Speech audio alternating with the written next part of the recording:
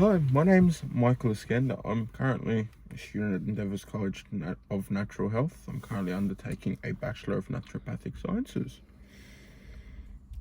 Nice to meet you, Michael. My name is Miriam. Hi, Mariam. I'm looking forward to meeting with you, working with you in the future. A little bit about myself. I'm 25 years old. I enjoy going on long walks and I regularly exercising by lifting weights. Thanks for breaking the ice. I do get a bit shy sometimes, so I guess I would love to join sometimes. I've seen here that you've completed the pre-session questionnaire. We will go through this in the later part of the consultation. Sure. So, do you think we'll be able to start working together for the time we'll need to assist you? Yes, I do think actually that we can begin working together. I would love to see how you'll be able to help me. Okay. I'll also need to inform you before we get started that everything you mention to myself, of course, is confidential unless you intend on harming yourself or anyone else. Does that make sense? It does, thank you. Okay. So, a little about how I like to construct my consultations. I like to divide my consultations in a way where the first few minutes are a recap as well as a way to reiterate how your week has been, if there's been any flare-up in symptoms, anything that's been exacerbated, or anything that you thought was very overwhelming that you may have needed some help with. I then like to discuss the three major domains: the biological, the physiological, the social, and the psychological. Conveniently, we covered most of these domains in the 26-page questionnaire. We'll go through each of these, and then in future consultations, we'll be going through a very revised and summarized version of this in the future. Sure, thank you. Okay, so I see here. Can you actually explain a bit more? Like, what do you meant by Of course, what you said? whilst discussing the biological side of things, for example, we'll touch on the possibility of hereditary illnesses that may exist within your family. Whilst discussing the physiological side, we'll be touching on the various complications that may be affecting the body, that are metabolic illnesses from nutrition, a lack of nutrition or a lack of exercise, and the physiological factors, how you choose to start your morning, how your friends would define you. Are you dominant, assertive, or reserved? And lastly, the social aspects. What expectations are expected from you and how they're affecting you? Are there any social rules and norms you need to follow? Do you have a good supportive group of friends? Okay, fair enough. Thanks for explaining. Okay, so I see here in the questionnaire that you have answered yes to the following questions. Can you tell me a little more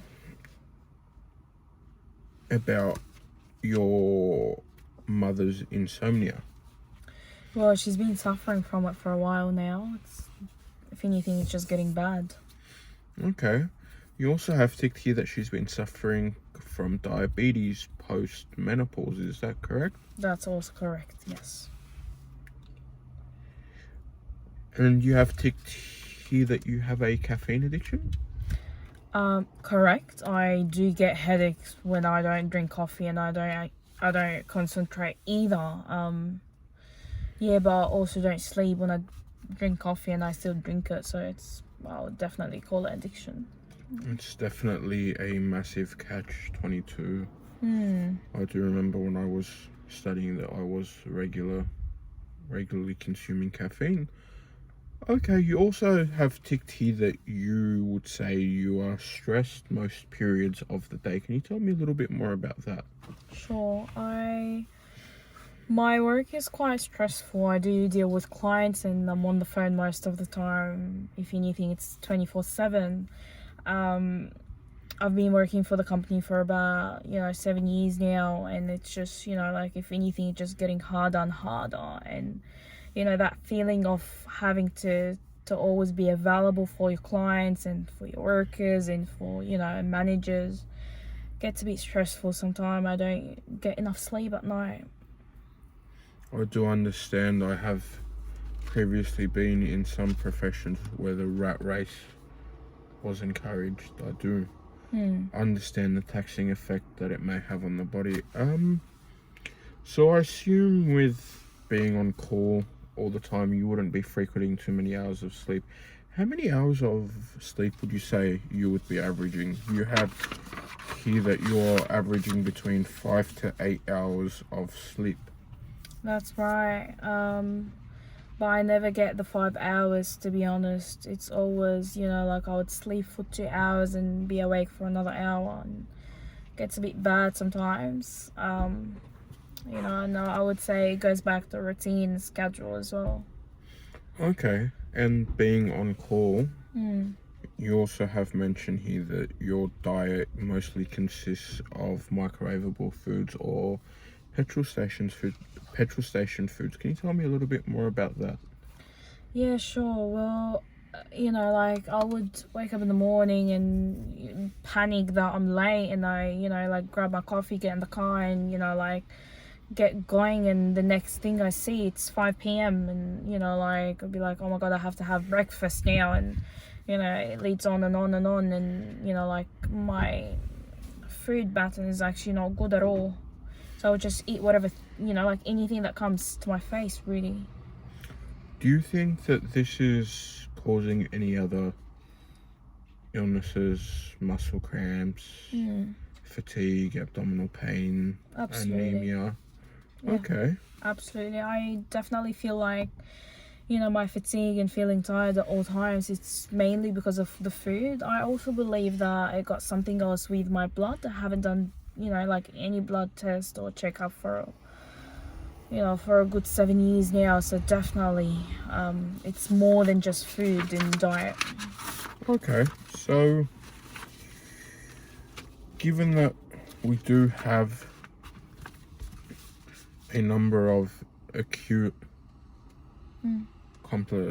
complications as well as chronic complications, in this part of the session I'd like to focus our attention to implementing a goal to assist you with the aforementioned health complications.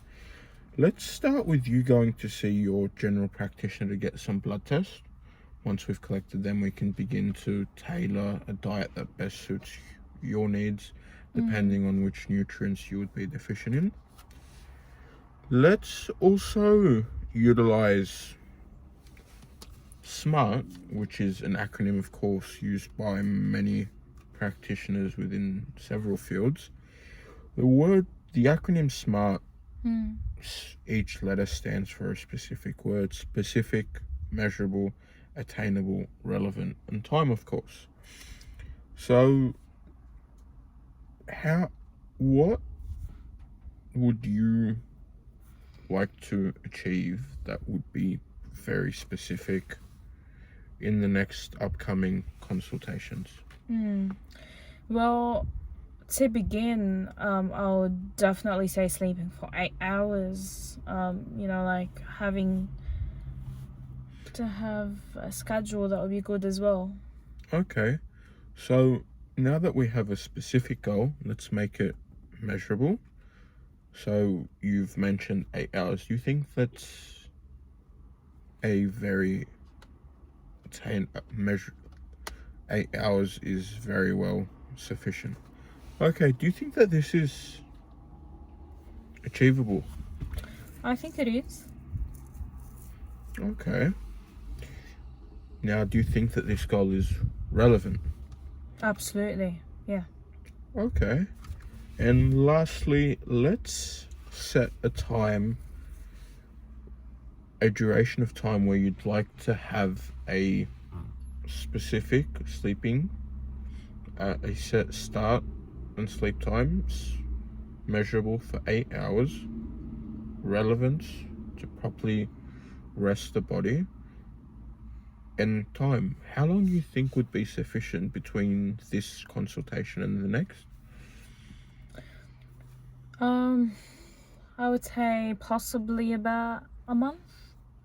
Okay, so let's plan our next consultation to occur at the 3 week mark, and that way we can recap what has happened between today and the next consultation, and hopefully between now and then that you are sleeping 8 hours and that you've come to get those blood tests done. Now, to recap,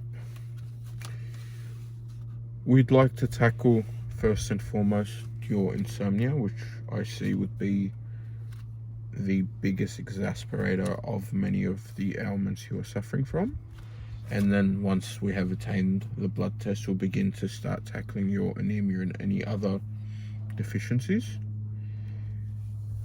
And we'll be tackling this using the SMART goal that we have written out.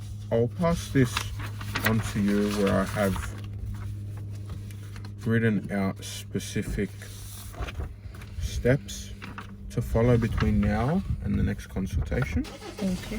Are there any other questions? No, thank you. Thank you for your visit. Thank you.